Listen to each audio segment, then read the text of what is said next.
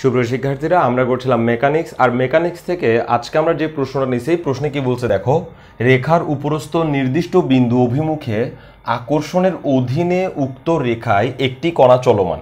তাহলে কি বলছে, রেখার উপরস্থ নির্দিষ্ট বিন্দু অভিমুখে, অর্থাৎ রেখার উপরস্থ মানে হচ্ছে, ধরো এটা হচ্ছে কোনো একটা রেখা, এই রেখার উপরেই কোনো একটা বিন্দু, ধরো আমি বিন্দুটার নাম দিলাম ও। ওকে, তাহলে বলছে কি, রেখার উপরস্থ নির্দিষ্ট বিন্দু অভিমুখে, অর্থাৎ এই বিন্দুর দিকে, নির্দিষ্ট বিন্দু যদি ও হয় তাহলে নির্দিষ্ট বিন্দু অভিমুখে মানে হচ্ছে এই ও বিন্দুর দিকে আকর্ষণের অধীনে, অর্থাৎ ও বিন্দুতে কিছু একটা আছে যে জিনিসটা ওকে আকর্ষণ করতেছে। ওকে, তাহলে ও বিন্দুর দিকে আকর্ষণের অধীনে উক্ত রেখায় একটি কণা চলমান। তো ধরো উক্ত রেখায় যে কণাটা চলমান সেই কণাটার নাম আমি দিলাম এ বিন্দুতে অবস্থিত এই কণাটা। ওকে, তাহলে পুরো পড়াটা আরেকবার পড়ার চেষ্টা করি। কি বলছে, রেখার উপরস্থ কোনো নির্দিষ্ট বিন্দু অভিমুখে আকর্ষণের অধীনে, কোনো নির্দিষ্ট বিন্দু অভিমুখে মানে হচ্ছে দিকে, তাহলে কোনো নির্দিষ্ট বিন্দুর দিকে আকর্ষণের অধীনে উক্ত রেখায় মানে ওই রেখার উপরেই একটি কণা চলমান। তার মানে এই বিন্দুতে যে কণাটা আছে সেই কণাটাকে এই ও বিন্দু আকর্ষণ করতেছে, আর সেই আকর্ষণের কারণে এই কণাটা এইখান থেকে একটা নির্দিষ্ট গতিতে চলে আসতেছে। অর্থাৎ এই কণাতে স্পেশালি কোনো গতি দেওয়া হয় নাই, এই কণা ও বিন্দুর আকর্ষণের কারণে এখান থেকে মুভ করতেছে। তারপরে বলছে কি, এবং বল নির্দিষ্ট বিন্দুটি হতে দূরত্বের বর্গের বিপরীত সমানুপাতিক হারে পরিবর্তনশীল। মানে বলছে কি, এখানে যে বলটা কাজ করতেছে, যে আকর্ষণ যে করতেছে, সেই আকর্ষণের একটা বল কাজ করতেছে, ওই আকর্ষণ বলটা নির্দিষ্ট বিন্দুটি হতে, নির্দিষ্ট বিন্দু হচ্ছে ও, যে বিন্দুটা আকর্ষণ করতেছে সেটাই হচ্ছে নির্দিষ্ট বিন্দু, নির্দিষ্ট বিন্দুটি হতে দূরত্বের বর্গের বিপরীত সমানুপাতিক হারে। দূরত্বের বর্গ মানে হচ্ছে এই এক্স যদি দূরত্ব হয় তাহলে এক্স স্কোয়ারকে বলা হবে দূরত্বের বর্গ, আর দূরত্বের বর্গের বিপরীত সমানুপাতিক, বিপরীত সমানুপাতিক মানে হচ্ছে 1/x², মানে বিপরীত সমানুপাতিক মানে হচ্ছে ব্যস্তানুপাতিক। তাহলে বল কি হচ্ছে, বল নির্দিষ্ট বিন্দুটি হতে দূরত্ব, মানে নির্দিষ্ট বিন্দু হতে দূরত্ব, ও থেকে এই বিন্দুর যে দূরত্ব এবং বাকি বিন্দুগুলো যে দূরত্ব, সেই দূরত্বের কথা বলতেছে।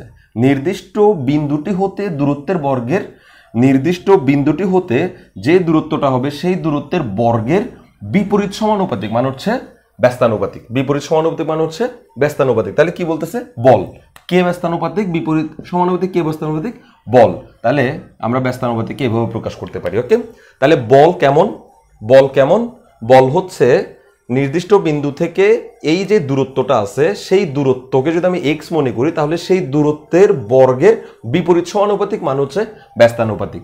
আর আমাকে গতিটাকে আলোচনা করতে হবে। ওকে, তো এখানে যে ইকুয়েশন আমরা দেখতে পাচ্ছি, এই ইকুয়েশনে একটু ভুল আছে, কিন্তু আমি শুধুমাত্র বোঝানোর স্বার্থে এই ইকুয়েশনটা এখানে এভাবে দেখাইছি। কি ভুল আছে সেটা আমি বুঝাই দিব, কেন ভুল আছে সেটা আমি বুঝাই দিব, সংশোধনী কি হবে তাও বুঝাই দিব। ওকে, আপাতত আমরা প্রশ্নটা বোঝার স্বার্থে আমরা এই জিনিসটা করছি। এখন আমাদের এই কথাগুলোর উপরে একটু বাংলা বর্ণনা দেওয়া দরকার, যে বর্ণনাতে আমরা ওই বেগ, ত্বরণ, মন্দন যা কিছু অ্যাপ্লাই করতে হয় সেগুলো আমরা সেখানে অ্যাড করব। তো আমি বাংলাটা আগে থেকে লিখে রাখছি, বুঝতে তেমন কোনো অসুবিধা হবে না। তো আমি কিভাবে বলছি, মনে করি এখানে বলছে রেখার উপরস্থ, আমি রেখাটার একটা নাম দিছি, রেখাটার নাম হচ্ছে ও এ। ওকে, তো আমি বললাম কি, মনে করি ও এ রেখার উপরস্থ। এখানে বলছে রেখার উপরস্থ, আর আমি রেখার নাম দিছি ও এ, সেজন্য আমি বলছি ও এ রেখার উপরস্থ ও বিন্দু অভিমুখে, মানে ও বিন্দুর দিকে, ও বিন্দু অভিমুখে আকর্ষণের অধীনে, এই যে নির্দিষ্ট বিন্দু অভিমুখে বলছে, ওই নির্দিষ্ট বিন্দুর নাম আমি দিছি ও, সেজন্য আমি বলছি ও বিন্দুর অভিমুখে আকর্ষণের অধীনে এ বিন্দুতে একটি কণা স্থির অবস্থায় আছে, এই বিন্দুতে একটি কণা স্থির অবস্থায় আছে। এখন তুমি বলবা এই বিন্দুতে কণাটা যে স্থির অবস্থায় আছে সেটা আমরা কেমনে বুঝলাম? এখানে আসলে কোথাও বলে নাই যে এই বিন্দুতে কণাটা কি অবস্থায় আছে।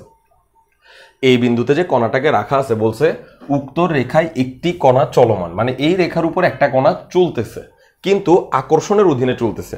তো এটা স্থির অবস্থায় শুরুতে ছিল না গতিশীল অবস্থায় ছিল সেটা আমাদেরকে বলা নাই, খুব ভালো করে খেয়াল করবা। যদি এটা গতিশীল অবস্থায় থাকতো তাহলে তার একটা আদিবেগ প্রশ্নে দেওয়া থাকতো যে সে এই বেগে গতিশীল, 5 কিলোমিটার বেগে, 10 কিলোমিটার বেগে, ইউ বেগে, কিছু একটা আদিবেগে গতিশীল প্রশ্নে বলা থাকতো। যেহেতু প্রশ্নে কিচ্ছু বলা নাই, সেহেতু আমরা বলতে পারি যে বস্তুটা শুরুতে স্থির ছিল এবং সেটা আকর্ষণের কারণে দৌড়ে চলে আসতেছে। আমরা এভাবে চিন্তা করতে পারি যে ও বিন্দুতে একটা চুম্বক রাখা আছে, আর এই বিন্দুতে একটা লোহার বস্তু রাখা আছে, ধরো পেরেক রাখা আছে, ওই পেরেকটা আকর্ষণের অধীনে দৌড়ে চলে আসতেছে। এই ধরনের একটা কথা চিন্তা করতে পারি। তাহলে দেখো এই বিন্দুটা এখানে স্থির আছে, সেটা আমরা কেন বুঝলাম? কারণ হচ্ছে প্রশ্নে কোথাও এই বিন্দুটা শুরুতে কত বেগে ছিল সেটা বলা নাই। যেহেতু শুরুতে কত বেগে ছিল সেটা বলা না থাকার কারণে আমরা ধরে নিতে পারি যে শুরুতে স্থির ছিল। আমরা কেন শুধু শুরুতে সে একটা বেগে ছিল ধরে নেব, যেখানে আমরা প্রশ্নটাকে ইজি করতে পারি। তাহলে দেখো এই বিন্দুতে একটি কণা স্থির অবস্থায় আছে। ওকে, এখন এই কণাটাকে তো আকর্ষণ করতেছে, আর আকর্ষণের অধীনেই তো বস্তুটা দৌড়াচ্ছে। তো আমরা কি বলবো? কণাটি ও বিন্দুর আকর্ষণের দরুন, এই কণাটি ও বিন্দুর আকর্ষণের দরুন এ হতে যাত্রা শুরু করে টি সময় শেষে পি বিন্দুতে এসে ভি শেষ বেগ প্রাপ্ত হয়। অর্থাৎ এই ওর আকর্ষণের কারণে এই কণাটা যেটা স্থির ছিল সেটা আকর্ষণের কারণে দিকে আসা শুরু করছে, এবং টি সময় পরে সে যে জায়গায় আসে সেই জায়গাটার নাম আমি দিছি পি, এবং ওই জায়গায় এসে তার বেগ মনে করলাম যে ভি হইছে। ওকে, এই সময়ে কণাটা কতদূর দূরে আসছে সেটা একটু আমাদেরকে দেখতে হবে। এই সময়ে কণাটি x equal to O A হতে, এই সময়ে কণাটি এখান থেকে, এই যে এক্স যেটা আমরা দেখতে পাচ্ছি একদম এখান থেকে এখান পর্যন্ত x equal to O A হতে x equal to O P অবস্থানে পৌঁছে, এই x equal to O A হতে x equal to O P অবস্থানে সে পৌঁছাইছে। অর্থাৎ সে আগে ছিল এখানে, কিন্তু আকর্ষণের কারণে সে কোথায় এসে পৌঁছাইছে? ও পি অবস্থানে পৌঁছেছে। এখন তুমি বলবা যে সে আগে ছিল এই বিন্দুতে, আকর্ষণের কারণে সে পি বিন্দুতে পৌঁছাইছে, এটাই তো বলতে পারতাম, তাই না? বলতে পারতাম, কিন্তু আমাকে এখানে একটা কথা বলছে যে এখানে যে দূরত্বটা হিসাব হচ্ছে সেই দূরত্বটা নির্দিষ্ট বিন্দুটি হতে দূরত্ব। খুব ভালো করে খেয়াল করবা, নির্দিষ্ট বিন্দু হচ্ছে ও, আর এই ও থেকে দূরত্ব দিয়ে আমাকে টোটাল জিনিসটা কাউন্ট করতে হবে। তাহলে ও থেকে এর দূরত্ব আমাকে কাউন্ট করতে হবে, ও থেকে পির দূরত্ব আমাকে কাউন্ট করতে হবে। সেজন্য আমরা ও এ ও পি এভাবে দূরত্বগুলো কাউন্ট করে এখানে কাজ করতেছি। তো আমরা যেটা করব সেটা হচ্ছে এই ও থেকে এর যে দূরত্ব সেটাকে আমরা ছোট হাতের এ ধরে নিব, ও থেকে এর যে দূরত্ব সেটাকে আমরা ধরে নিব এক্স ইকুয়াল টু ছোট হাতের এ, আর এই ও থেকে পির যে দূরত্ব সেটাকে আমরা ধরে নেব এক্স ইকুয়াল টু এক্স। ও থেকে পির দূরত্বকে আমরা ধরে নেব এক্স ইকুয়াল টু এক্স। তাহলে আমাদের ইকুয়েশনাল প্রবলেমটা দূর হবে, কারণ হচ্ছে আমরা টি সময়ে এসে কোথায় এসছে সেটা আমি জানি না, সেজন্য টি সময়ে যেখানে আসছে সেটাকে আমি এক্স ধরছি, আর আগে যেটা ছিল সেটা আমি মনে করলাম যে সেটার একটা ধ্রুবক মান হতে পারে, কারণ আগে যেখানে ছিল সেটা তো কত দূর আছে সেটা আমি মেপে বের করতে পারতে পারি, আর সেটাকে আমি সেজন্য এ ধরছি। ওকে, তাইলে এখন এই অবস্থায় আমাদেরকে কি করতে হবে? গতির আলোচনা করতে হবে। তো এখন গতির সমীকরণটা কি হবে? গতির সমীকরণটা কি হবে সেটা দেখতে গেলে আমাকে এই সমীকরণটার দিকে তাকাইতে হবে, কারণ হচ্ছে এই সমীকরণটা থেকেই আমাকে গতির সমীকরণটা বের করে আনতে হবে। ওকে, তো এখানে যেটা বলছে, আমি তোমাদেরকে বলছিলাম যে এফ সমানুপাতিক 1/x², এটাতে একটু ভুল আছে, ওই ভুলটা কি সেটা আমাদেরকে একটু বুঝাই দিতে হবে। আমরা সেটা একটু বুঝার চেষ্টা করব, খুব ভালো করে খেয়াল করো। ওকে, এই সমীকরণটা কিন্তু আমরা এখান থেকে পাইছি, বল নির্দিষ্ট বিন্দুটি হতে দূরত্বের বর্গের বিপরীত সমানুপাতিক হারে পরিবর্তনশীল, এই লাইন থেকেই কিন্তু এই সমীকরণটা পাইছি। সুতরাং এটাই গতির সমীকরণ হওয়ার কথা ছিল, কিন্তু এটাতে একটা ভুল আছে, সেই ভুলের কারণে ও সরাসরি গতির সমীকরণ হতে পারতেছে না। একটু খেয়াল করো ভুলটা কি। এখানে আমরা বললাম যে বল কার সমানুপাতিক? দূরত্বের বর্গের বিপরীত সমানুপাতিক। আমি বিপরীত সমানুপাতিক না বলে সরাসরি ব্যস্তানুপাতিক শব্দটি উল্লেখ করি, তাহলে বুঝতে সুবিধা হবে। তাহলে বল হচ্ছে দূরত্বের বর্গের ব্যস্তানুপাতিক। তো এখন দেখো, বল দূরত্বের বর্গের ব্যস্তানুপাতিক, এটাকে যদি আমি এভাবে লিখি সেখানে একটা প্রবলেম ক্রিয়েট হয়, সেটা হচ্ছে এফ কে আমি লিখতে পারি এম এ। এখানে এ মানে হচ্ছে ত্বরণ, আমি ত্বরণকে এফ দিয়ে প্রকাশ করি, এফ ইকুয়াল টু হচ্ছে এম এফ। ওকে, তাহলে এফ সমানুপাতিক 1/x², এটার মানে হচ্ছে এম এফ সমানুপাতিক 1/x²। খুব ভালো করে খেয়াল করবা, এফ সমানুপাতিক 1/x² কথাটার মানে হচ্ছে এম এফ সমানুপাতিক 1/x²। তো এই ইকুয়েশন থেকে আমি এই যে ইকুয়েশন আসলাম, এই ইকুয়েশনটা আর এই ইকুয়েশনটা সম্পূর্ণ সঠিক হওয়ার কথা, কিন্তু এই ইকুয়েশনে একটা ঘ্যাবলা আছে। ঘ্যাবলাটা কি? সেটা হচ্ছে এখানে এক্স এর উপরে যে ডিপেন্ডেন্ট মানে দূরত্বের উপর যেটা ডিপেন্ডেন্ট সেটা হচ্ছে এফ। কেন? কারণ ত্বরণ দূরত্বের উপর ডিপেন্ড করতেই পারে, ত্বরণ দূরত্বের উপরে ডিপেন্ডেন্ট হতে পারে। কিন্তু এখানে একটা এম দেখা যাচ্ছে, এই এম হচ্ছে ভর, ভর কোনো কিছুর উপরে ডিপেন্ড করে না। আমরা যে নিউটনিয়ান বলবিদ্যা পড়তেছি, আইনস্টাইনের বলবিদ্যার কথা তো এখন আমরা বলে লাভ নেই, আমরা নিউটনিয়ান বলবিদ্যা পড়তেছি। নিউটনিয়ান বলবিদ্যায় ভর হচ্ছে একটা ধ্রুবক রাশি যে কোনো কিছুর উপর ডিপেন্ডেন্ট নয়, যে স্থান কাল পাত্র কোনো কিছুর উপরে ডিপেন্ডেন্ট নয়। তাহলে যে জিনিসটা কোনো কিছুর উপরে ডিপেন্ডেন্ট নয় সেও কিনা এখন দূরত্বের উপরে ডিপেন্ডেন্ট। সূত্রটা আমাকে সেটাই বলতেছে যে এম এফ এক্স এর উপরে ডিপেন্ডেন্ট হয়ে যাচ্ছে, কিন্তু এম তো এক্স এর উপরে ডিপেন্ডেন্ট হবার কোনো প্রশ্নই আসে না। এম এক্স এর উপরে ডিপেন্ডেন্ট হবার কোনো প্রশ্নই আসে না। হ্যাঁ, এফ এক্স এর উপরে ডিপেন্ডেন্ট হলে হতে পারে, এফ এক্স এর উপরে ডিপেন্ডেন্ট হলে হতে পারে। তাইলে ইকুয়েশনটাকে যদি আমি এফ সমানুপাতিক 1/x² লিখি, তাহলে যে ভুলটা দেখা যায় সেটা হচ্ছে এফ আমাকে যে আউটপুটটা দিচ্ছে এম এফ, সেই এম এফ এর এফ যদিও দূরত্বের উপরে ডিপেন্ডেন্ট হলেও হতে পারে, এম কিন্তু দূরত্বের উপরে ডিপেন্ডেন্ট হবে না, যে কারণে আমি এই ইকুয়েশনটাকে সরাসরি লিখতে পারি না। তো এটাকে একটু মডারেট করে আমরা লিখতে পারি। সেটা হচ্ছে, তাহলে আমরা বলবো প্রশ্নানুসারে গতির সমীকরণ, প্রশ্নানুসারে গতির সমীকরণ হবে, খেয়াল করো, প্রশ্নানুসারে গতির সমীকরণ আমি যেটা করতে যাচ্ছি সেটা হচ্ছে এই এম এর উপর ডিপেন্ডেন্ট নয় বুঝাতে চাচ্ছি। আমরা সমীকরণটাকে এমনভাবে রেডি করব যেন সেটা এম এর উপরে ডিপেন্ডেন্ট নয়। তাহলে কিভাবে রেডি করতে পারি একটু দেখো। প্রশ্নানুসারে গতির সমীকরণ হবে F equal to M F, এটা তো আমরা জানি F equal to M F, মানে এফ যে কথা এম এফ সেই কথা, ইকুয়াল টু আমরা যেটা লিখতে চাচ্ছি এম এফ সমানুপাতিক, এই 1/x² না লিখে আমি লিখবো m into 1/x², m into 1/x²। তাহলে কি হলো দেখো, m ইন্টু 1/x² লেখার কারণে সুবিধাটা কি হলো, এখানে যে m আছে এখানেও সেই m আছে, মানে আমি উভয় পক্ষ থেকে mটাকে ক্যান্সেল করে দিলে আমরা বুঝাইতে পারবো, mটাকে যদি ক্যান্সেল করে দিই আমরা বুঝাইতে পারবো এই 1/x² খালি f এর উপর ডিপেন্ডেন্ট, m এর উপরে ডিপেন্ডেন্ট নয়। কি বলছে? m এর উপরে ডিপেন্ডেন্ট নয়। অর্থাৎ এই যে বল, এখানে যে বলটা উল্লেখ করছে সেই বলটা দুইটা রাশির উপরে ডিপেন্ডেন্ট, একটা হচ্ছে এম এর উপর, একটা হচ্ছে এফ এর উপর। বলটা দুইটা রাশির উপরে ডিপেন্ডেন্ট, একটা হচ্ছে এম এর উপর, একটা হচ্ছে এফ এর উপর। ওই এম এবং এফ এর মধ্যে এম কিন্তু দূরত্বের উপর ডিপেন্ডেন্ট নয়, কিন্তু এফ দূরত্বের উপর ডিপেন্ডেন্ট হতে পারে। এম দূরত্বের উপর ডিপেন্ডেন্ট নয়, এফ দূরত্বের উপর ডিপেন্ডেন্ট হতে পারে। তার মানে এফ এর জন্য যে 1/x² লিখতেছি সেটা আসলে এম এর জন্য প্রযোজ্য নয়, এফ এর জন্য প্রযোজ্য। অর্থাৎ ছোট হাতের এফ যেটা ত্বরণ, সেটার জন্য আমি 1/x² এখানে লিখতে পারি। আর এই এফ এর জন্য যদি আমি 1/x² লিখি তাহলে সেটা কিন্তু আলটিমেটলি বলকেও কিন্তু চেঞ্জ করবে, কারণ বলের ভিতরেই কিন্তু এফটা আছে।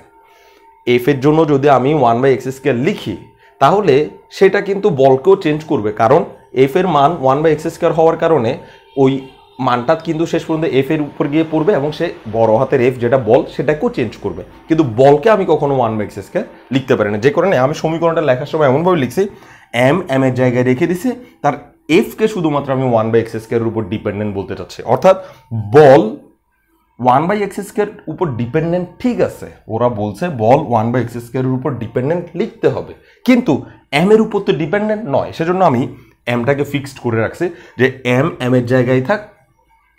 এই পুরাটা আবার মানে এই পুরো জিনিসটা দিয়ে এফ বুঝাচ্ছে, এফ ইকুয়াল টু এত বুঝাচ্ছে, তার মানে এম এর জায়গায় রেখে দিছি, খালি এফটাকে আমি দূরত্বের উপর ডিপেন্ডেন্ট করে দিছি। আর এফটা দূরত্বের উপর ডিপেন্ডেন্ট হওয়ার কারণে বড় হাতের এফও কিন্তু আলটিমেটলি দূরত্বের উপর ডিপেন্ডেন্ট হচ্ছে। কেন? দেখো এফ সমানুপাতিক m 1/x এরকম একটা ইকুয়েশন দেখাচ্ছে, যে কারণে দূরত্বের উপর ডিপেন্ডেন্ট তো হচ্ছে, কিন্তু যে বান্দা দূরত্বের উপর ডিপেন্ডেন্ট হচ্ছে না সেই যেন স্থির থাকে, সেদিকে আমাকে খেয়াল রাখতে হবে। তাহলে এমকে আমি দুই দিকে স্থির রেখে খালি এফ এর জায়গায় আমি 1/x² ইনপুট করে দিছি। অর্থাৎ যেটা আমি বল বলতেছি 1/x² সেটা আমি ছোট হাতের এফকেই 1/x² বলে দাবি করতে চাচ্ছি, কারণ বলের ভিতরের এমটা সবসময় ধ্রুবক আমাকে রাখতে হবে। এই বান্দাকে আমি কখনো ধ্রুব সংখ্যা থেকে চেঞ্জ করে ফেলতে পারি না, যে কারণে এই ইকুয়েশনের এই অবস্থা হচ্ছে।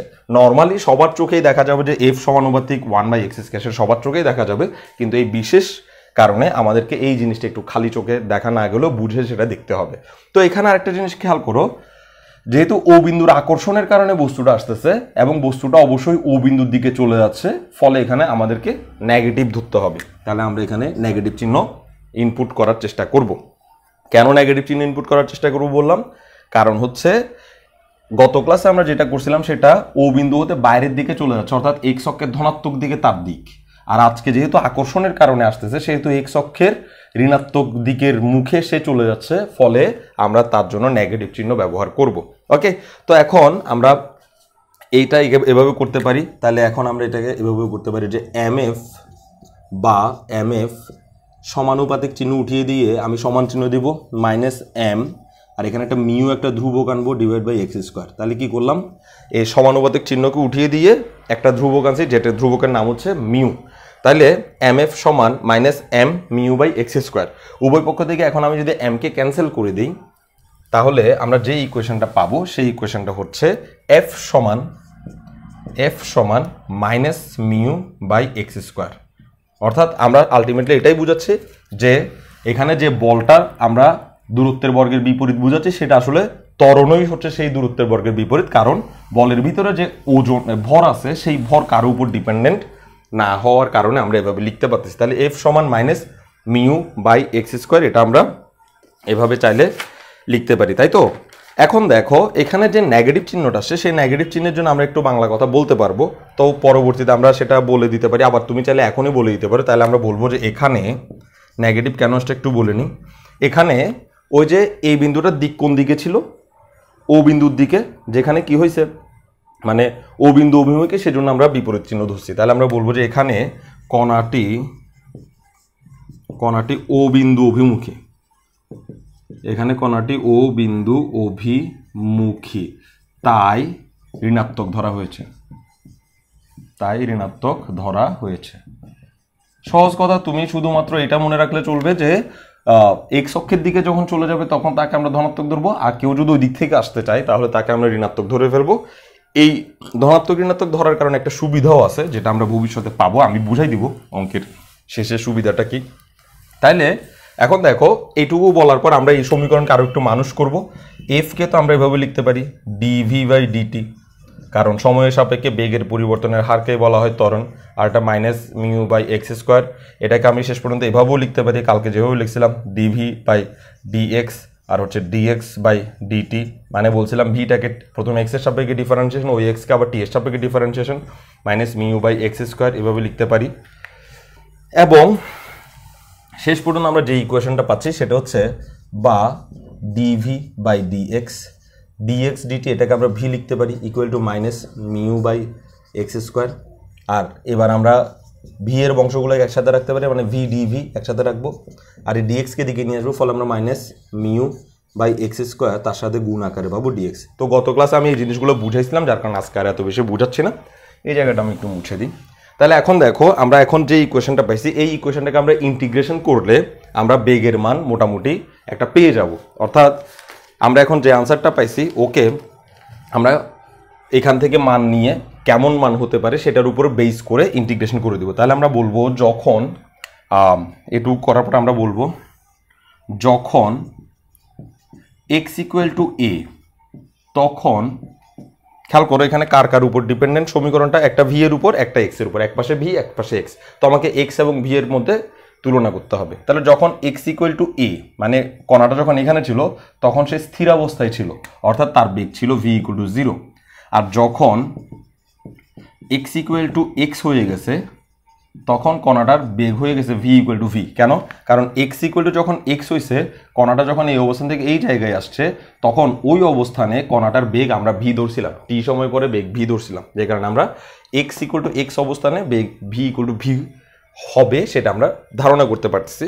তাহলে এখন আমরা এই সমীকরণকে এই ইন্টিগ্রেশন এই সীমার মধ্যে ইন্টিগ্রেশন করে দিই। তাহলে এখানে এদিকে ভি এর লিমিট বসবে, তাহলে বাম পাশে ভি এর লিমিট বসায়, ভি এর লিমিট লোয়ার লিমিট হচ্ছে 0, আপার লিমিট হচ্ছে ভি, এবং আমরা এখানে ভি ডিভি লিখে দিতে পারবো, ভি ডিভি ইকুয়াল টু এই পাশে দেখো এই পাশে আমি একটা ধ্রুবক পাচ্ছি মাইনাস মিউ, তো মাইনাস মিউকে আমি আগে লিখে ফেলবো আর ইন্টিগ্রেশন করবো, লোয়ার লিমিট হচ্ছে এ, আপার লিমিট হচ্ছে এক্স, এবং ইন্টিগ্রেশন হচ্ছে 1/x² dx।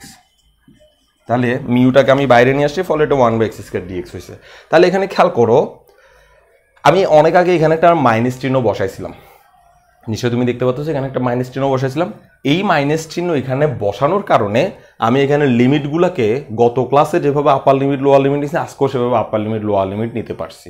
কিন্তু যদি আমি এখানে মাইনাস চিহ্নটা না বসাইলাম তাহলেও অঙ্ক করা যায়, এখানে মাইনাস চিহ্নটা না বসিয়েও অঙ্ক করা যায়। তখন হবে কি এই জায়গায় যেটা আছে দূরে যেটা আছে সেটা হবে আপার লিমিট আর কাছে যেটা আছে সেটা হবে লোয়ার লিমিট, ফলে ভেজাল লেগে যায়।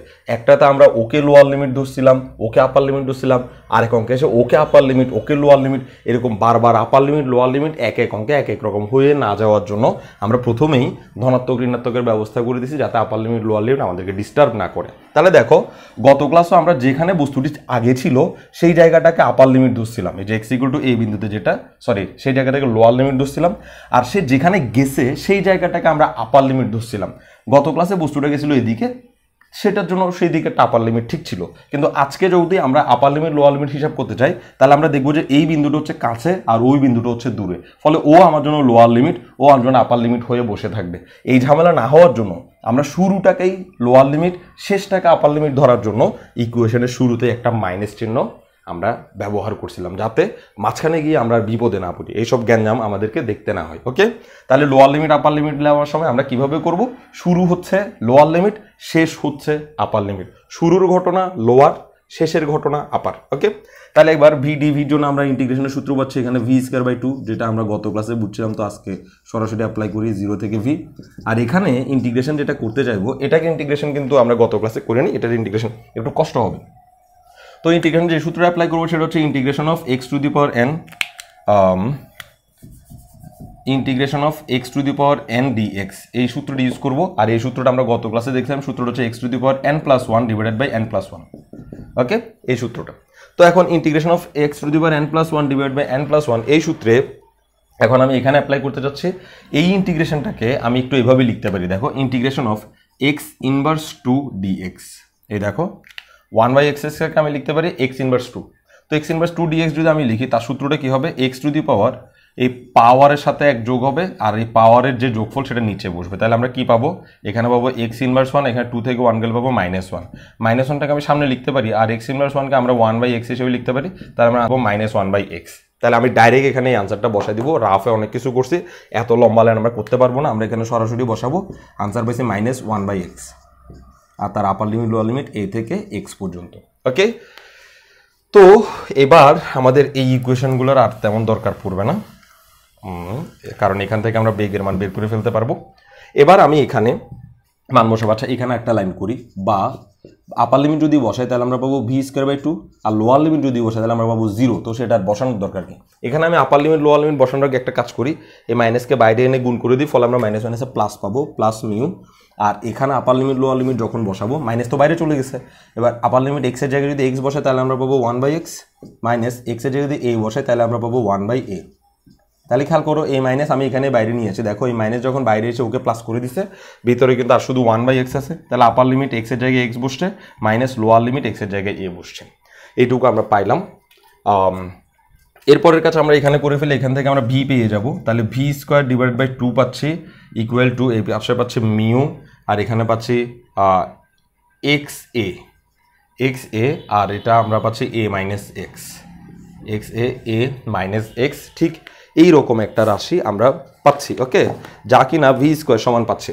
তো আমি 2টাকে যদি দিকে গুণ করে দিই তাহলে আমরা পাবো v² সমান 2 mu a - x divided by xa, বা ax লিখতে পারতাম, xa বা ax একই কথা, এরকম লিখতে পারতাম। তো এখন আমি এটাকে রুট ওভার করব, বা আমি একে রুট করব। এবার আরেকটা কাহিনী আসবে, এদিকে রুট করলে ভি পাবো আর এদিকে রুট করলে প্লাস মাইনাস পাওয়ার কথা, কিন্তু আমরা প্লাস মাইনাস না পেয়ে আমরা পাবো 2 mu a - x divided by x - a আর আমরা মাইনাস মান নিব। কেন মাইনাস মান নিচ্ছি? কারণ আমরা শুরু থেকেই মাইনাস মান নিচ্ছিলাম। তুমি খেয়াল করো, শুরু থেকে আমরা বলছিলাম এটা আকর্ষণের কারণে এদিকে আসতেছে, ফলে আমরা মাইনাস মান নিছি। এবার আমরা যখন বেগ কল্পনা করব তখন কি হবে, দূরত্ব যত কমে যাবে বেগ তত বেড়ে যাবে। খেয়াল করো, আগে দূরত্ব ছিল এত দূরে, তখন বেগ ছিল 0, আর যখন দূরত্ব যখন কমে গেছে, মানে ও থেকে দূরত্ব যখন কমে গেছে, তখন তার বেগ কিন্তু ভি আরও কমে গেলে আরও বাড়বে। অর্থাৎ এখান থেকে দূরত্ব যত কমতে থাকবে বেগ তত বাড়তে থাকবে, দূরত্ব যত কমতে থাকবে বেগ তত বাড়তে থাকবে। তাইলে দূরত্ব কমে গেলে বেগ বাড়তেছে, বিপরীত হচ্ছে, সেজন্য আমরা বেগকে ঋণাত্মক নিছি, নেগেটিভ নিছি। ওকে, তাহলে এখন আমরা যে ইকুয়েশন পাইছি, এই ইকুয়েশন থেকেও আমরা কিন্তু চাইলে বেগের আলাপ আলোচনা করতে পারি। তবে আমরা আরও একটা ইকুয়েশন আনার চেষ্টা করব, আরও কাজ করব। তো আমি এটাকে একটা সমীকরণ দিয়ে নিই, 1 নম্বর সমীকরণ। তাহলে 1 নম্বর সমীকরণ থেকেও কিন্তু আমরা বেগের প্রকৃতি নির্ধারণ করতে পারতেছি, যে বেগের অবস্থাটা কি হবে, গতি কেমন হবে এই বান্দার, সেই সম্পর্কে একটা ছোট্টখাটো ধারণা পাচ্ছি। কিন্তু আমরা এখান থেকে আরেকটু এগিয়ে যাব। আর আমাদের এগিয়ে যাওয়াটা কি, তো আমি এখানে ঋণাত্মক নিচ্ছি, সেই কথাটা একটু বলতে হবে ভাই। তাহলে আমরা বলবো যেহেতু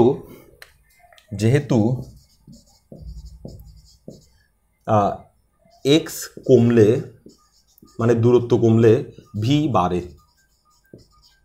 ওকে, দূরত্ব কমলে ভি বাড়ে, মানে বিপরীত হচ্ছে আর কি। দূরত্ব কমলে ভি বাড়ে, বাড়ে বানানটা আমি আসলে লিখতে পারতেছি না, তখন বাড়ে ডুসিন্দর হবে। দূরত্ব কমলে ভি বাড়ে, অথবা তুমি কি লিখতে পারো ভি কমলে দূরত্ব বাড়ে, এরকম করে লিখতে পারো। তাহলে এক্স কমলে ভি বাড়ে, তাই ঋণাত্মক নেওয়া হয়েছে, তাই ঋণাত্মক চিহ্ন নেওয়া হয়েছে।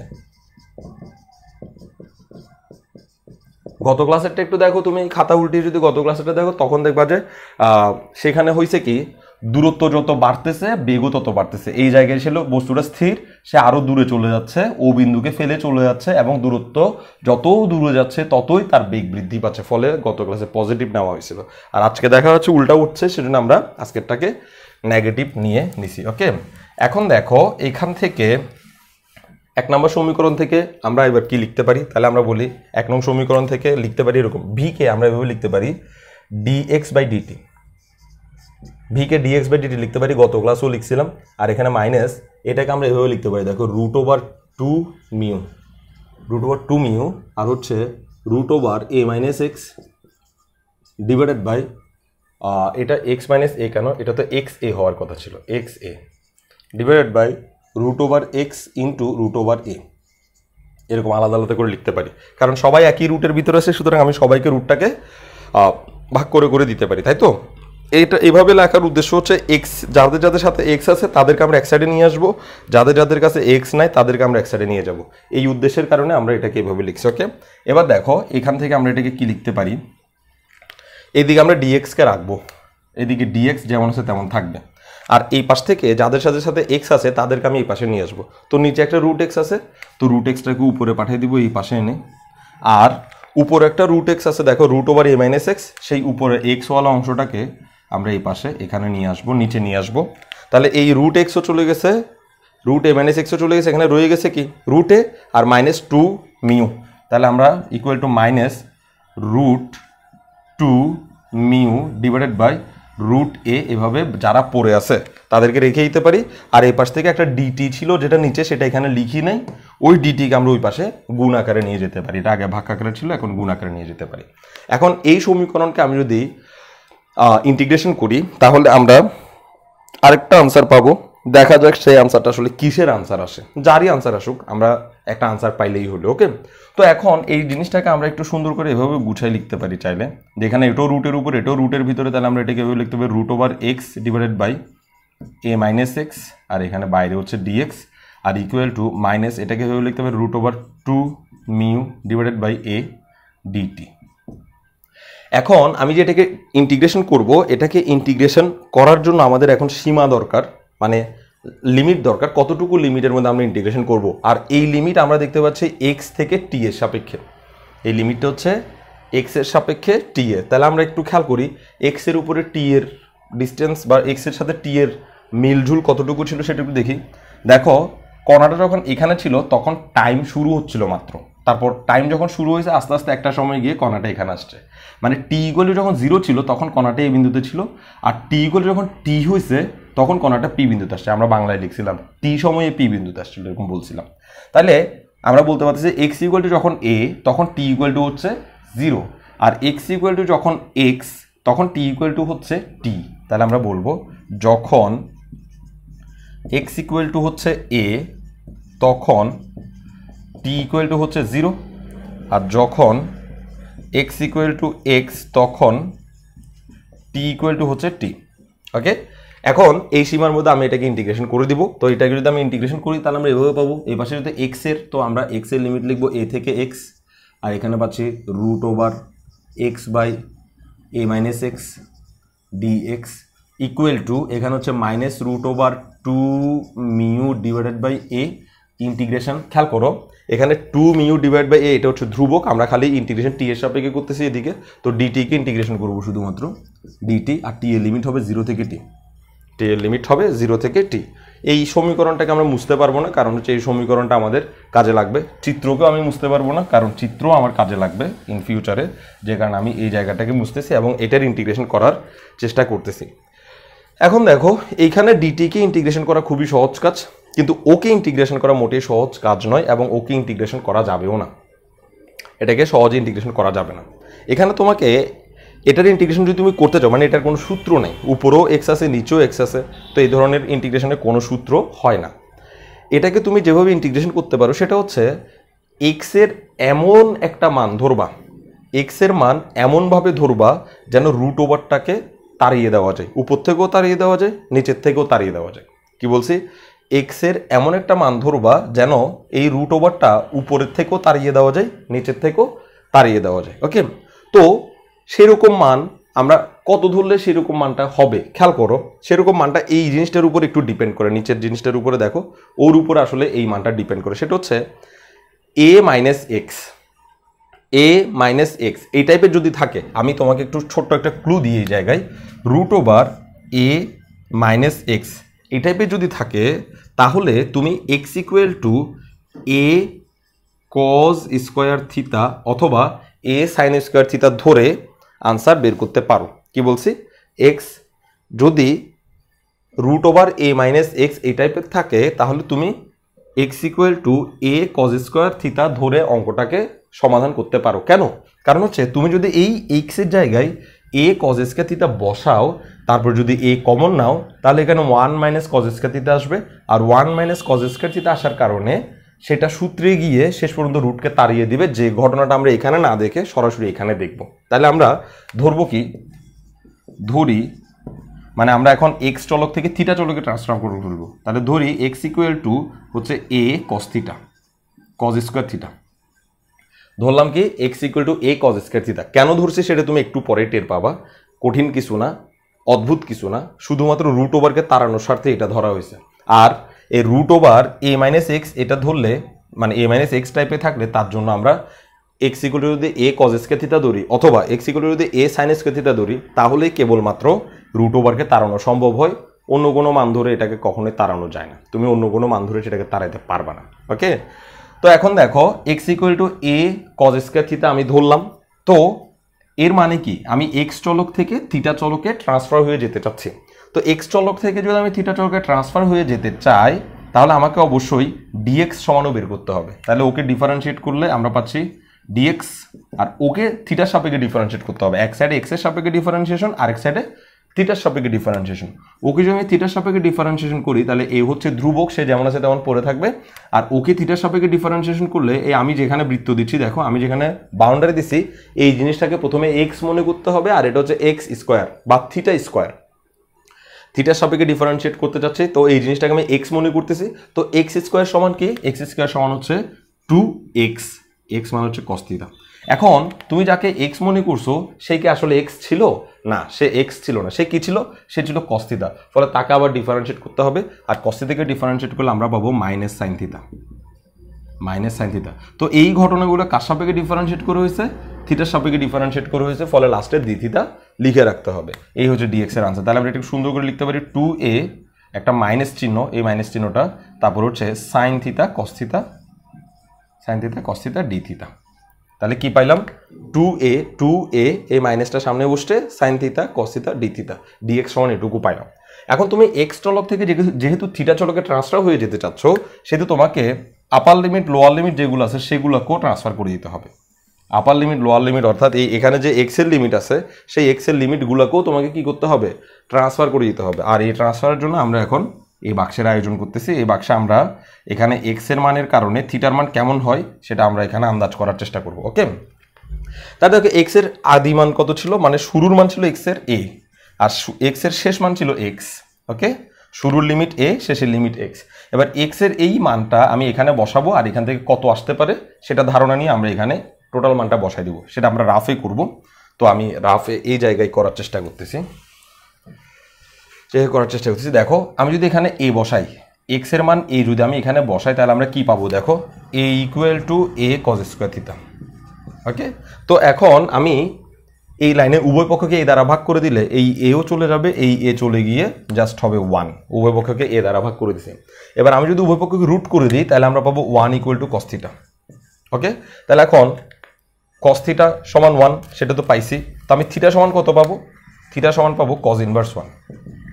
Cos inverse 1। এখন আমাকে বলো যে কস কত ডিগ্রির মান 1 হয়। Theta inverse cos inverse 1, cos inverse 1 দিয়ে বোঝানো হচ্ছে কস কত ডিগ্রির মান 1 হয়। তো আমরা জানি যে কস 90 ডিগ্রির মান 1 হয়, দ্যাট মিনস থিটা ইকুয়ালটা আমরা পাচ্ছি এখানে 90 ডিগ্রি।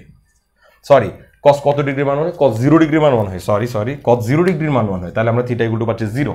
তাহলে আমি যদি এক্স এর মান এ নিই তাহলে থিটার মান পাবো 0।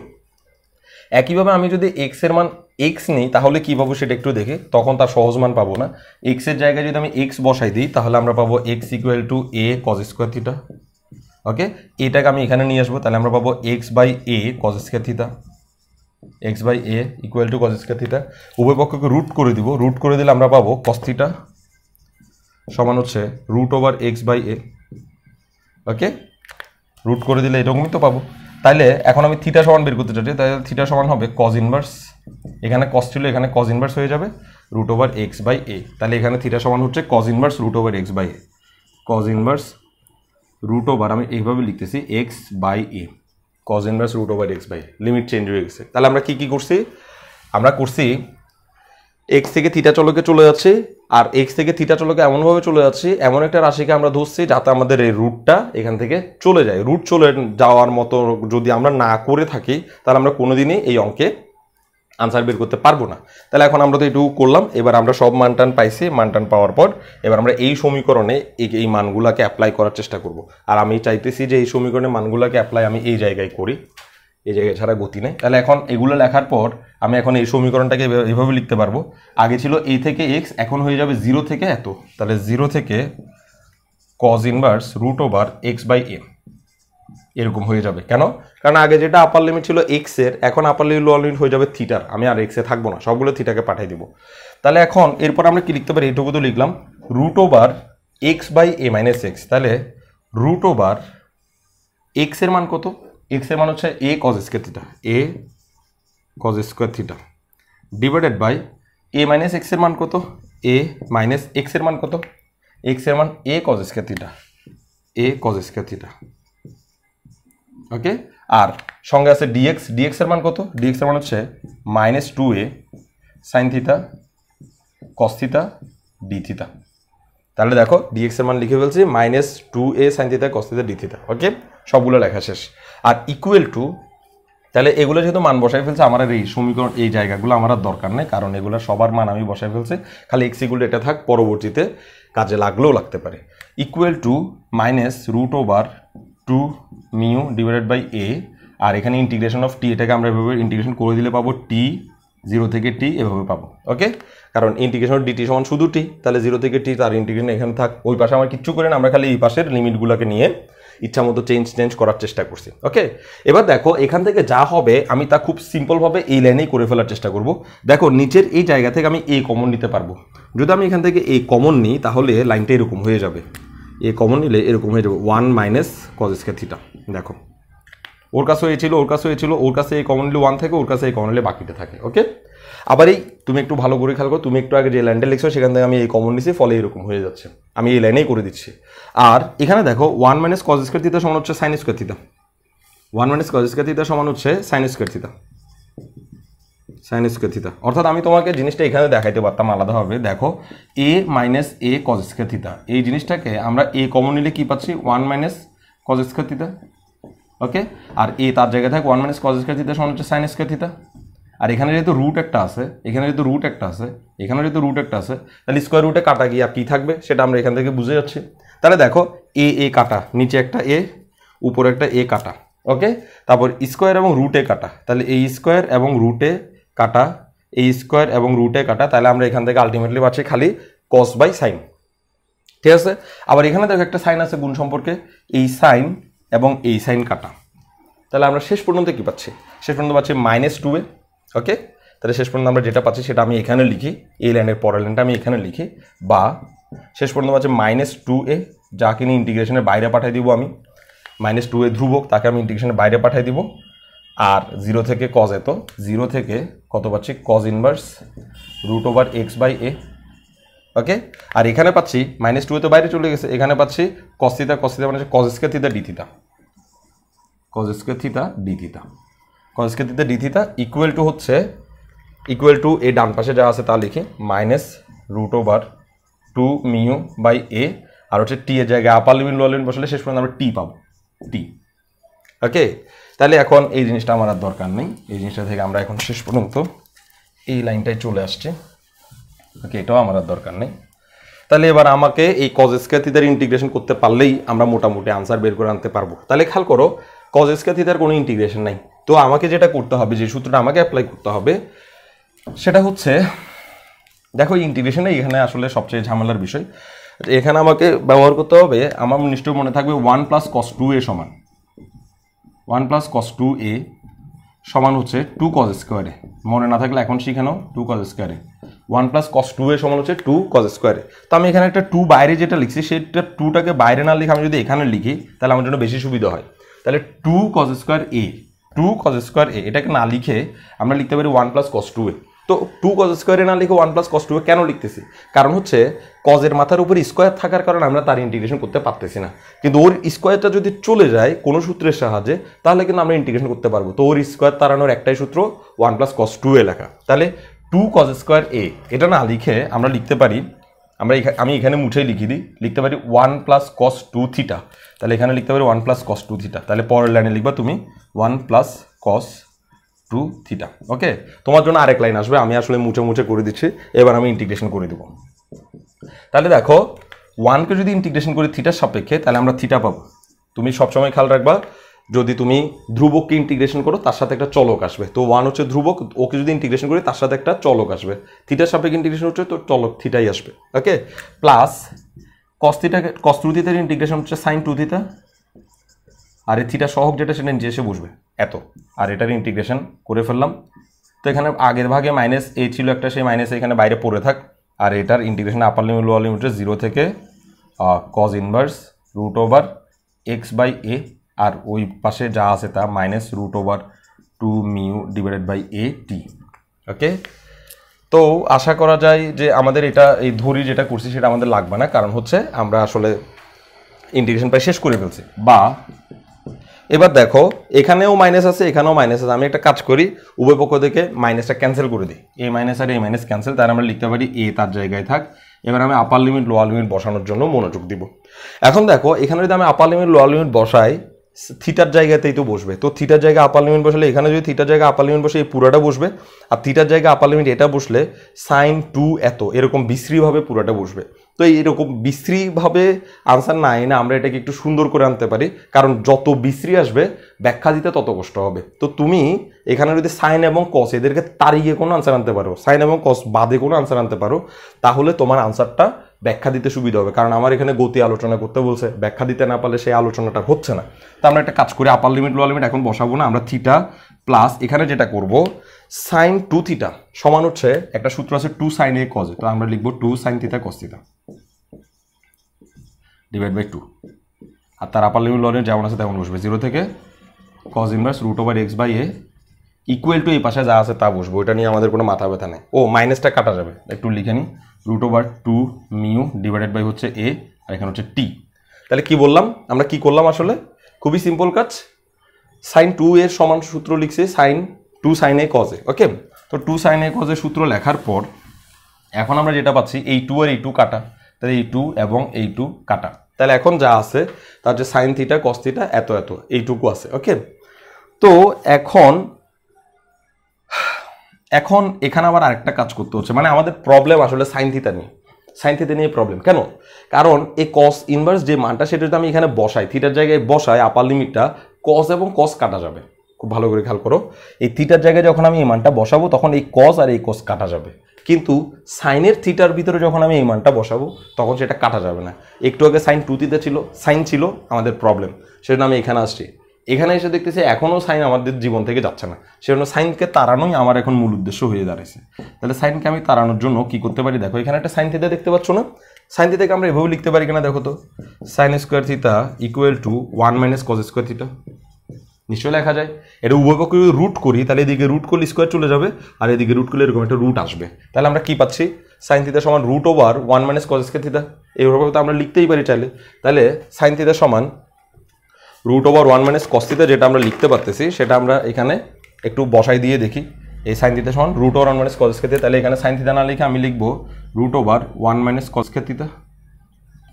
সাইন থিটা সমান root over 1 minus cos square theta, আর তার সাথে গুণ হচ্ছে কস থিটা, আর আপার লিমিট লোয়ার লিমিট 0 থেকে cos inverse root over x by এ, আর সমান চিহ্নের এই পাশে যা আছে তা। তা আশা করি তোমরা বুঝছো যে সাইন থিটাকে আমরা খালি এটা করছি কারণ এখন দেখো সবগুলো কস, এখন শান্তি লাগতেছে। ওকে, তাহলে এখন আমি আপার লিমিট লোয়ার লিমিট সব বাটা আমি একটু এখানে দিই, বা এ তার জায়গায় থাক। এখানে আমি আপার লিমিট লোয়ার লিমিট বসানোর আগে আপার লিমিট বসাই, তাহলে থিটার জায়গায় বসাবো কজ ইনভার্স এক্স বাই এ। তাহলে থিটার জায়গায় আমরা বসাইতে পারতেছি cos inverse root over x by a বসাইলাম, প্লাস এখানে যখন আমি আপার লিমিট লোয়ার লিমিট বসাবো প্রথমে রুট ওভারটা দিয়ে নিই, এই বিশাল রুট ওভারটা দিয়ে নিব, 1 মাইনাস তার জায়গায় রাখবো, আর এই cos square theta, cos square থিটাকে আমরা এভাবে লিখতে পারি, দেখো কজ স্কোয়ার থিটা সমান হচ্ছে কস থিটা হোল স্কোয়ার। নিশ্চয়ই তোমরা জানো যে কজ স্কোয়ার থিটা যে কথা, কস থিটা হোল স্কোয়ার একই কথা। তাহলে কজ স্কোয়ার থিটাকে আমরা লিখতে পারি কস থিটা হোল স্কোয়ার। তো কস থিটা হোল স্কোয়ার যদি আমি লিখতে পারি, তাহলে এই কস থিটা হোল স্কোয়ারের থিটার জায়গায় আমি মান বসিয়ে তারপর লিখবো। তাহলে আমরা কি লিখতে পারতেছি, কস থিটার জায়গায় আমরা মান বসাচ্ছি cos inverse root over x by এ, আর এটা পুরোটার উপর হোল স্কোয়ার। তাহলে কি করছি একটু ভালো করে খেয়াল করো, কি করছি, 1 মাইনাস কজ স্কোয়ার থিটার মান লিখতে গিয়ে আমি কস থিটা হোল স্কোয়ার লিখছি, তাহলে কস এই থিটার জায়গায় মান বসাইছি আর হোল স্কোয়ার লিখছি। ওকে, আর আরেকটা আছে না আবার কস থিটা রুটের বাইরে যে কস থিটাটা আছে তাকে আমরা একটু গবেষণা করে লিখবো। এই কস এই থিটার জায়গায় কি বসবে, কজ ইনভার্স এক্স বাই, খুব ভালো করে খেয়াল করো, এভাবে বসবে কস, আর এই থিটার জায়গায় আবার কজ ইনভার্স এক্স বাই এ বসবে, কজ ইনভার্স এক্স বাই। তো কজ আর কজ ইনভার্স কাটা যাবে, এই কস আর কজ ইনভার্স কাটা যাবে, তো কে থাকবে শেষ পর্যন্ত রুট ওভার এক্স বাই এ থাকবে, যেটা এই রুটের বাইরে। ওকে, আর ইকুয়াল টু যা আছে তা, ইকুয়াল টু ওখানে যা আছে তাই থাকবে। তাহলে কি করলাম, এখানের মান আমি এভাবে লিখলাম, আর এই কস থিটা যেটা আসতেছে সেই কস থিটার জায়গায় যখন আপার লিমিটটা বসবে তখন আমরা পাবো কস এত, তো কস কস কাটা খালি এই জিনিসটা বসবে। তো লোয়ার লিমিটও তো বসাইতে হবে, তো লোয়ার লিমিট 0, এই 0 যদি আমি এখানে বসাই তাহলে আমরা কি পাবো, দেখো এই 0 যদি আমি এখানে বসাই তাহলে আমরা পাবো যে 0, আর এই 0 যদি আমি এখানে বসাই তাহলে কস 0 সমান হচ্ছে 1, তো 1 থেকে 1 গেলে 0, আলটিমেটলি পুরোটাই 0 হয়ে যাবে, অর্থাৎ লোয়ার লিমিট বসালে সবাই 0 হয়ে যাচ্ছে, টেনশন করার কিছুই নেই। তাহলে এখন আমাদের হাতে খালি এই মানটা বাকি আছে। এই থার্ড ব্র্যাকেটটা আমাকে এখানে ক্লোজও করতে হবে কারণ থার্ড ব্র্যাকেটের সাথে এই গুণ আছে। তাহলে এ তার জায়গায় থাক, এই কজ ইনভার্স এটাও তার জায়গায় থাক, cos inverse root over x by a তার জায়গায় থাক, প্লাস এই রুটের ভিতরে কি হচ্ছে দেখো, এই কজ আর কস কাটা, আমি একটু এখানে মুছে দিলেই বুঝাইতে পারি, এই কজ আর কস কাটা। তাহলে কি আছে, root over x by A whole square, তো এই স্কোয়ার আর রুটও তো কাটা, তাহলে বাকি কি থাকবে, স্কোয়ার আর রুটও যদি কাটা হয় তাহলে আর বাকি থাকবে এক্স বাই এ, তাহলে এগুলার কিচ্ছু থাকবে না, তাহলে 1 মাইনাস এক্স বাই এ থাকবে শুধুমাত্র রুটের ভিতর। তাহলে আমরা কি পাচ্ছি, রুটের ভিতরে পাচ্ছি 1 মাইনাস এক্স বাই এ, আর রুটের বাইরে পাচ্ছি রুট ওভার এক্স বাই এ, আর এই third bracket close equal to, এটা একটু লিখে নিই, root over 2 mu divided by a t. Okay, এখনও শেষ পর্যন্ত ইন্টিগ্রেশনের কাহিনী করতে করতে আমাদের জীবন শেষ। অঙ্কে বেশি কঠিন না, কিন্তু ইন্টিগ্রেশন অনেক কঠিন মানে অনেক কাজ আছে আর কি। তাহলে এখন আমরা এখান থেকে বা এভাবেও করতে পারতেছি যে এ তার জায়গায় থাক, এ তার জায়গায় থাক। আর এখানে আমরা পাচ্ছি cos inverse root over x by এ, আর এখানে আমি লসাগু করতে পারতেছি প্লাস রুট ওভার আমি পাচ্ছি a minus x divided by হচ্ছে a into root over x by a, এভাবে পাচ্ছি। আর এটা third bracket close equal to এই জিনিসটা 2 mu a by a into t. তো এখান থেকে আমি টি ইকুয়াল টু বের করার সিদ্ধান্ত নিয়েছি, কারণ এক্স ইকুয়াল টু বের করা আমার পক্ষে সম্ভব না। গত ক্লাসে যে অঙ্কটা করছি সেখান থেকে এক্স ইকুয়াল টু বেরোছিল, কিন্তু আজকে আমার এক্স ইকুয়াল টু বের করা কোনোভাবেই পসিবল না, কারণ এখানে এক্স একটা, এখানে এক্স একটা, এই রুটের ভিতর থেকে আমি এক্স কোনোভাবেই বের করতে পারবো না। কিন্তু আমি টি ইকুয়াল টু খুব সহজে বের করতে পারবো, কারণ এই পাশে টি আছে। ওকে, তাহলে টি ইকুয়াল টু কী বের করতে পারি একটু খেয়াল করো। টি এর সাথে যারা আছে তাদেরকে আমি এই পাশে নিয়ে আসবো। তো টি এর সাথে কি আছে, নিচে আছে রুটে, সেই রুটে আমি উপরে তুলে দিব। এখানে একটা এ আছে আগে থেকে, খুব ভালো করে খেয়াল করার চেষ্টা করো। এখানে একটা এ আগে থেকেই আছে। ওকে, এখানে একটা এ আগে থেকে আছে থাক। আর এই এখানে একটা রুটে আছে, রুটে উপরে চলে আসবে আর নিচে চলে আসবে রুট ওভার 2 মিউ, আর সঙ্গে থাকবে এরা সবাই cos inverse root over x by এ, আর প্লাস এটাকে আমি এভাবে লিখতে পারি, একটা রুট দিয়ে লিখতে পারি। একটা রুট দিয়ে লিখলে এরকম আসবে a minus x into x divided by A square. অর্থাৎ একটা রুট দিয়ে যখন ওদেরকে লিখবো ওরা গুণ সম্পর্কে আসবে, তাহলে এক্স এর সাথে গুণ, এ ওর সাথে গুণ, ফলে এরকম আসতেছে। Third bracket close equal to হচ্ছে খালি টি, কারণ এই পাশে যারা ছিল তারা সবাই চলে এসে খালি টি আছে। তো এই ইকুয়াল টি এটাকে আমরা এভাবে লিখতে পারি। সুতরাং টি ইকুয়াল টু মানে টি ইকুয়াল টু এই পুরাটা লেখার সময় আমরা একটু মডিফাইড করব, সেটা হচ্ছে এ এবং এ, এই এ এর পাওয়ার হচ্ছে হাফ আর এই এ এর পাওয়ার হচ্ছে 1। তাহলে খেয়াল করো, এ এর পাওয়ার হাফ, এ এর পাওয়ার 1 হলে কি হয়, এ এর পাওয়ার হচ্ছে হাফ আর আরেকটা এ এর পাওয়ার হচ্ছে 1। তো বেজ একরকম হলে পাওয়ারের যোগ, তো পাওয়ারের যোগ করলে আমরা কি পাবো 3/2, এ টু দি পাওয়ার 3/2। তাহলে এখানে আমরা পাচ্ছি এ টু দি পাওয়ার 3/2 আর নিচে পাচ্ছি রুট ওভার 2 মিউ, আর এখানে যা আছে তা cos inverse root over x by A plus root over A minus x into x divided by A square, third bracket close. ব্যাস, এই জিনিসটাই আমরা পাচ্ছি টি এর মান। আমি এগুলো সব মুছে ফেলি, এটা মুছে ফেলি, এটাও মুছে ফেলি, এগুলো আমার লাগবে না, এটাও মুছে ফেলি। এটা আমার লাগবে, এটা হচ্ছে আমার ধরো যে 3 নম্বর সমীকরণ দিছে এরা, আমি এটাকে 2 নম্বর সমীকরণ দিতে চাচ্ছি। কেন 3 নম্বর দেবো, এটা হচ্ছে আমার জন্য 2 নম্বর সমীকরণ।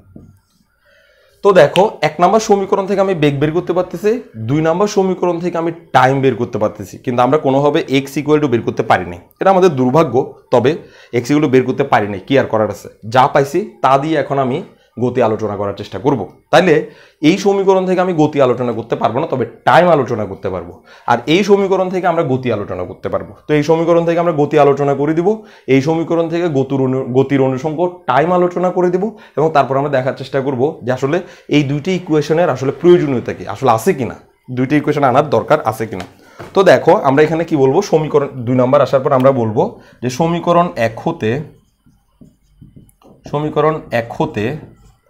আমরা কি পাচ্ছি, সমীকরণ 1 হতে সমীকরণ একটা কিসের উপর নির্ভরশীল, দেখো ভি, কিন্তু এক্স এর উপর ডিপেন্ডেন্ট। অর্থাৎ এক্স এর মান জানা থাকলে আমরা কাকে পাবো, ভি পাবো। তাহলে আমরা বলবো সমীকরণ 1 হতে এক্স দূরত্বে বেগ পাওয়া যায়, সমীকরণ 1 হতে এক্স দূরত্বে বেগ পাওয়া যায়, এবং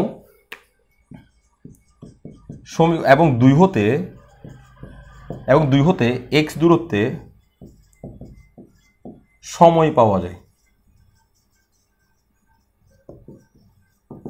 ওকে, তাহলে সমীকরণ 1 হতে এক্স এর কারণে বেগ পাওয়া যায়, আর সমীকরণ 2 হতে একই এক্স এর মান যদি আমি বসে তাহলে আমি সময় পেয়ে যেতে পারি। এখন খেয়াল করো, বস্তুটা এই জায়গা থেকে যেহেতু আসা শুরু করছে আকর্ষণের কারণে, সেহেতু বস্তুটা অন্ততপক্ষে এইটুকু পর্যন্ত আসবে। এখন এখানে সে স্থির ছিল, আর এইটুকু পর্যন্ত আসলে তার অবস্থাটা কি হবে সেটা আমরা একটু আলোচনা করার চেষ্টা করব। কারণ হচ্ছে এখানে এসে বস্তুটা কি থেমে যাবে নাকি আরো দূরে চলে যাবে, সেই কথাটা আমাদের বুঝার বিষয়। খুব ভালো করে খেয়াল করবা, এখান থেকে বস্তুটা এখানে এসে কি থেমে যাবে নাকি আরো কিছু দূরে গিয়ে থামবে, বা আদৌ থামবে কিনা, নাকি এভাবে যাওয়া আসাতেই থাকবে সারা জীবন, সেই বিষয়টাই আমাদের এখন দেখার বিষয়। তো সেই বিষয়টা আমরা কিভাবে ব্যাখ্যা করব, দেখো। তো আমরা বলবো এই কণাটা যখন ও বিন্দুতে পৌঁছায়, এটুকু লেখার পর আমরা বলবো যে কণাটি যখন ও বিন্দুতে পৌঁছায় তখন বেগ কেমন হয় দেখো, কণাটা যখন এই বিন্দুতে পৌঁছাবে তখন বেগ কেমন হবে, কণাটা ও বিন্দুতে পৌঁছানো মানে হচ্ছে x = 0 হয়ে যাওয়া। খেয়াল করো এখানে x = হচ্ছে a, এই জায়গায় আরো কমছে x = x, আরো কমছে x মান আরো কমতেছে, x মানে কি দূরত্ব, ও বিন্দু হতে কণাটার দূরত্ব। তো কণাটার দূরত্ব আগে সবচেয়ে বেশি ছিল, এখন কণাটার দূরত্ব আস্তে আস্তে কমতেছে। একসময় কণাটা যখন এখানে আসবে তখন ও থেকে কণাটার দূরত্ব বলতে আর কিছুই থাকবে না, অর্থাৎ ও থেকে কণাটার দূরত্ব হবে 0। ওকে, তাহলে কণাটা যখন ও বিন্দুতে পৌঁছায় তখন x = হবে 0।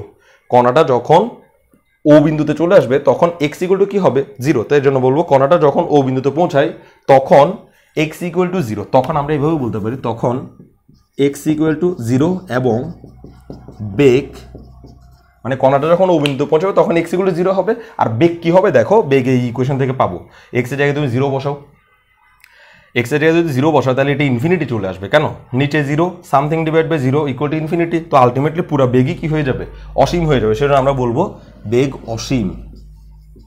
তার মানে কণাটা যখন এই বিন্দু থেকে এখানে পৌঁছাবে তখন সে থামবে না, কারণ তার বেগ তখন অসীম হয়ে গেছে, মানে অনেক বেশি বেগ হয়ে গেছে। ওকে, তো যেহেতু কণাটা যখন এখানে এসে থামবে না তখন আমরা বেগ পাবো কি, অসীম বেগ পাবো। আর টাইম কি পাবো একটু দেখি, এবং সময় কত হবে, অসীম, এবং সময় কত হবে সেটা আমরা এখান থেকে পাবো। তো এখানে যেহেতু x = 0 বসাইতে হচ্ছে, তো এখানে যদি আমি x = 0 বসাই তাহলে এটা পুরোটা 0 হয়ে যাবে। এখানে যদি x = 0 বসাই তাহলে cos ইনভার্স 0 সমান হচ্ছে cos 0 সমান হচ্ছে 1, তাহলে cos ইনভার্স 0 সমান হচ্ছে 90 ডিগ্রি। তাহলে এখান থেকে আমরা কত পাচ্ছি সেটা একটু দেখি, এবং সময় t সমান পাচ্ছি a⁴/2 ডিভাইডেড বাই √2μ। আর এখানে দেখো 2μ, এখানে তো আমি x এর জায়গায় 0 বসে এটা পুরোটা 0 হয়ে যাবে।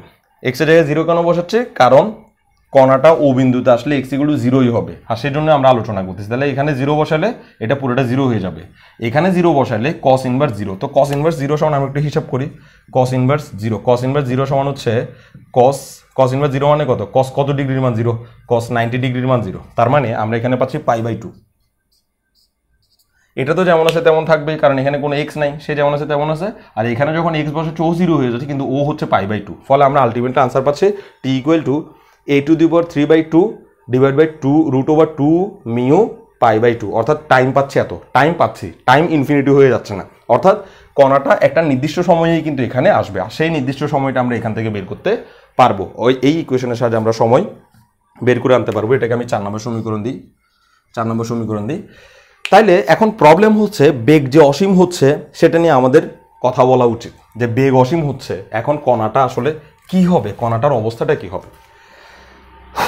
সবচেয়ে কঠিন টপিকস এই জায়গায় আসছে, তো আমি এটা আরেকটু বাড়াই দিই তাহলে আমাদের বুঝাইতে সুবিধা হবে। খেয়াল করো, কণাটা এইখান থেকে আসা শুরু করছে, এখানে সে কত ছিল 0, তাহলে সে এখান থেকে যখন আসতেছে আকর্ষণের কারণে আসতেছে, তখন সে এখানে এসে সবচেয়ে বেশি বেগ পাচ্ছে, অসীম হয়ে যাচ্ছে আমাদের বেগের মান।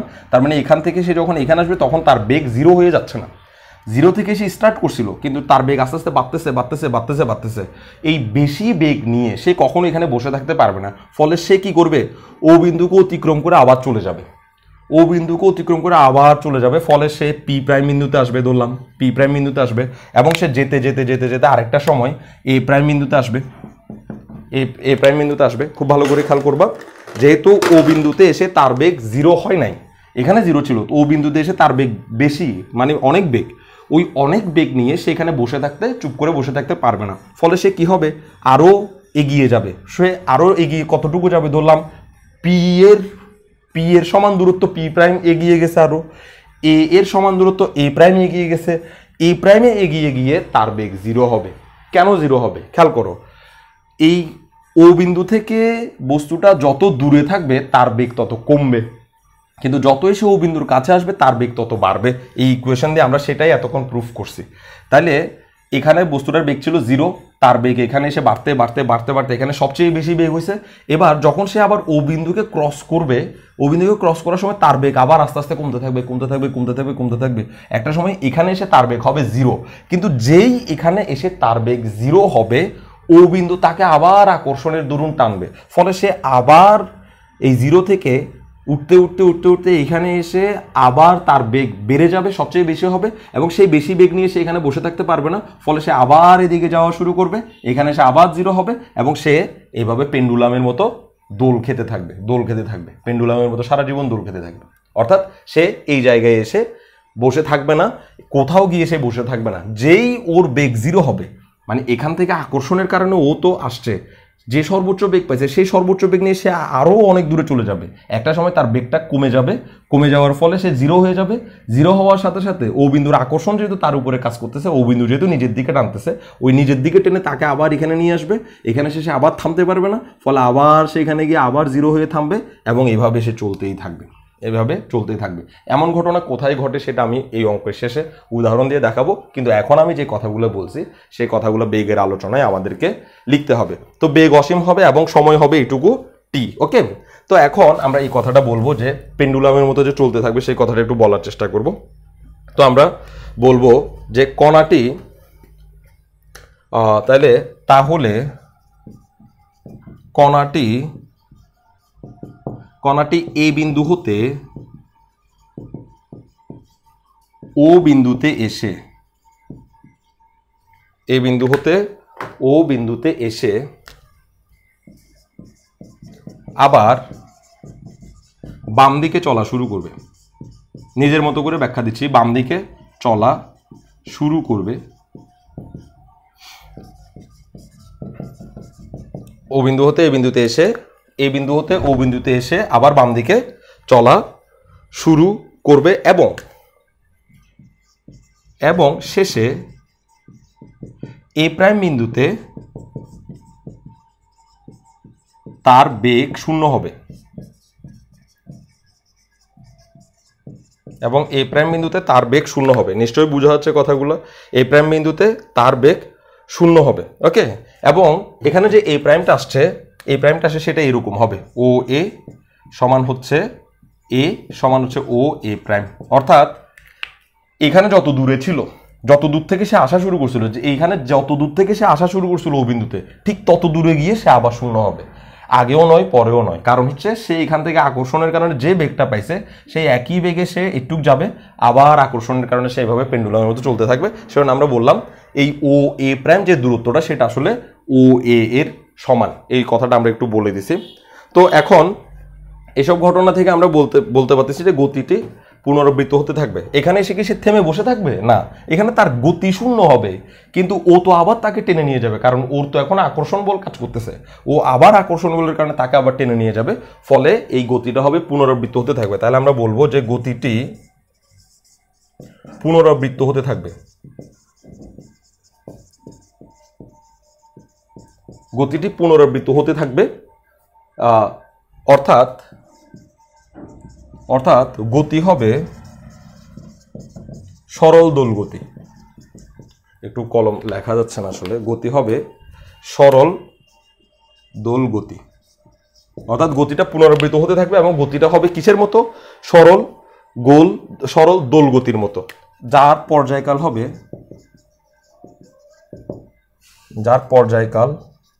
হবে তো পর্যায়কাল নির্ণয়ের সূত্র আছে, যার পর্যায়কাল হবে টি ইকুয়াল টু, পর্যায়কালকে বড় হাতের টি দ্বারা প্রকাশ করে, টি ইকুয়াল টু 4 ইন্টু এ হতে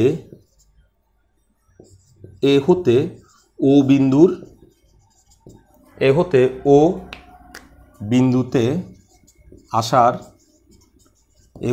বিন্দুতে আসার সময়।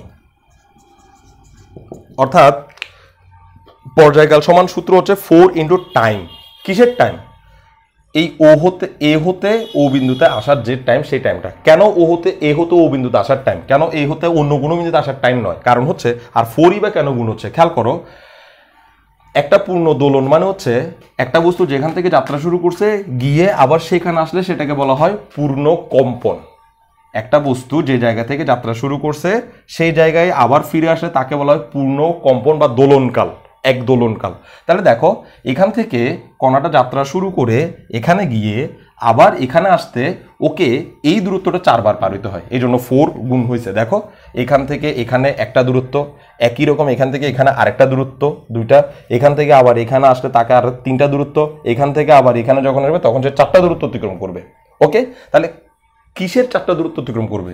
এ থেকে ও যে দূরত্ব সেরকম দূরত্ব সে 4টা অতিক্রম করবে, 1টা 2টা 3টা 4টা, তখন তার এক পর্যায়কাল হবে। সেজন্য পর্যায়কাল টি ইকুয়াল টু আমরা এভাবে বলতেছি।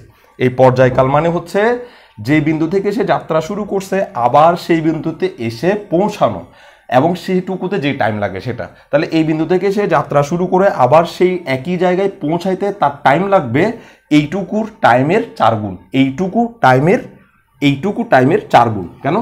এইটুকু টাইমের 1 গুণ, একই টাইমের 2 গুণ এখানে আসবে, একই টাইমের 3 গুণ করলে এখানে আসবে, একই টাইমের 4 গুণ করলে এখানে আসবে। সেজন্য আমরা বললাম এ হতে ও বিন্দুতে আসার সময়কে 4 দ্বারা গুণ করলে আমরা পর্যায়কাল পেয়ে যাব।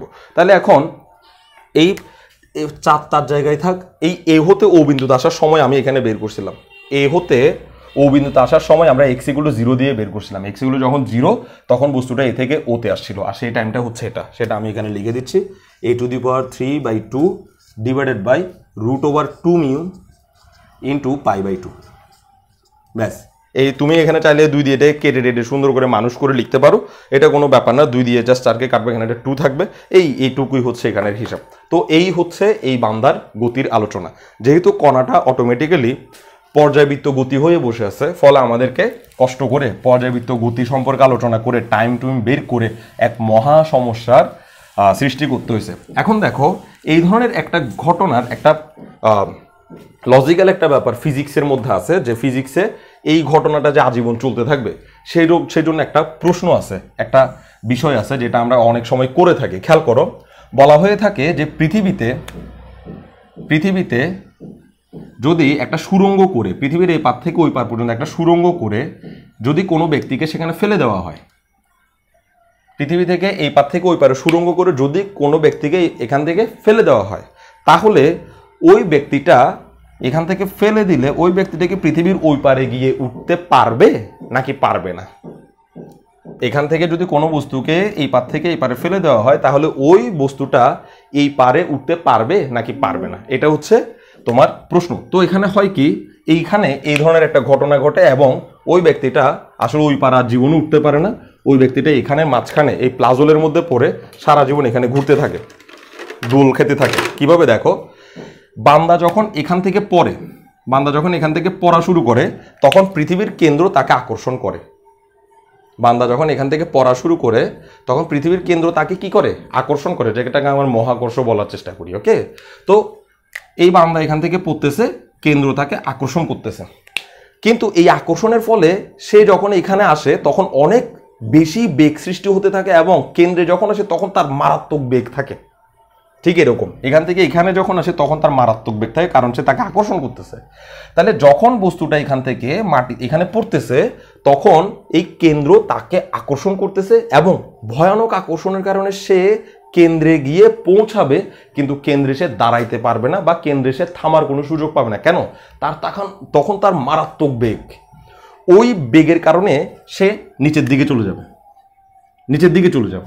এবং নিচের দিকে চলে গিয়ে সে যখন এখানে কোথাও আসবে কেন্দ্র তাকে আবার আকর্ষণ করবে, ফলে সে আবার আকর্ষণ বলের কারণে আবার কেন্দ্রের দিকে চলে যাবে এবং আবার আকর্ষণ বলের কারণে কেন্দ্রে গিয়ে তার আবার বেগ বৃদ্ধি পাবে এবং ওই বেশি বেগ নিয়ে সে আবার উপরের দিকে চলে যাবে এবং সে আজীবন এই ছিদ্রের মধ্যে আপ ডাউন করতেই থাকবে।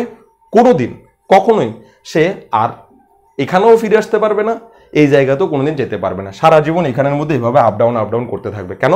কারণ কেন্দ্রে যখন যাবে তখন তার অনেক বেগ থাকবে, ওই অনেক বেগ নিয়ে সে সেখানে থামতে পারবে না, ফলে ওই অনেক বেগ নিয়ে সে সামান্য সামনে চলে যাওয়ার পরে কেন্দ্র তাকে আবার বলবে যে বাবা আবার তোকে আকর্ষণ করতেছি, ওই আকর্ষণের কারণে সে আবার কেন্দ্রে যাবে, আবার সে থামতে পারবে না, ফলে উপরে উঠে যাবে, আবার আকর্ষণ করবে। এই আকর্ষণ আর বিকর্ষণ নেই এখানে, এই আজীবন দোনো পক্ষের যে আকর্ষণের টানাটানি, এই টানাটানির কারণে এই বান্দা আজীবন এই সুড়ঙ্গের মধ্যে পড়ে থাকবে, কখনোই সে এই পাশ থেকে ওই পাশে যেতে পারবে না। তাহলে এই জন্যই হয়তো বা বিজ্ঞানীরা কখনোই পৃথিবীর মাঝখানে একটা ফুটো করে, পৃথিবীর মাঝখানে একটা ছিদ্র করে এখান থেকে ওই পারে একটা এক মেরু থেকে আরেক মেরুতে যাওয়ার জন্য কোনো ট্রেন লাইন বা রেল লাইন সৃষ্টি করে নেই আর কি। আরও অনেক কারণ আছে, ভিতরে গলিত লোহা পদার্থ, সেসব কথা আমি বলতেছি না। আসলে আমরা শুধুমাত্র বলতে চাচ্ছি যে ভিতরে যদি কোনো ম্যাগমা যেটাকে বলা হয়, কোনো গলিত লাভা না থাকতো, তাও কিন্তু আমরা এখানে কোনো একটা সুড়ঙ্গ পথ সৃষ্টি করে এই পার থেকে ওই পারে যেতে পারতাম না।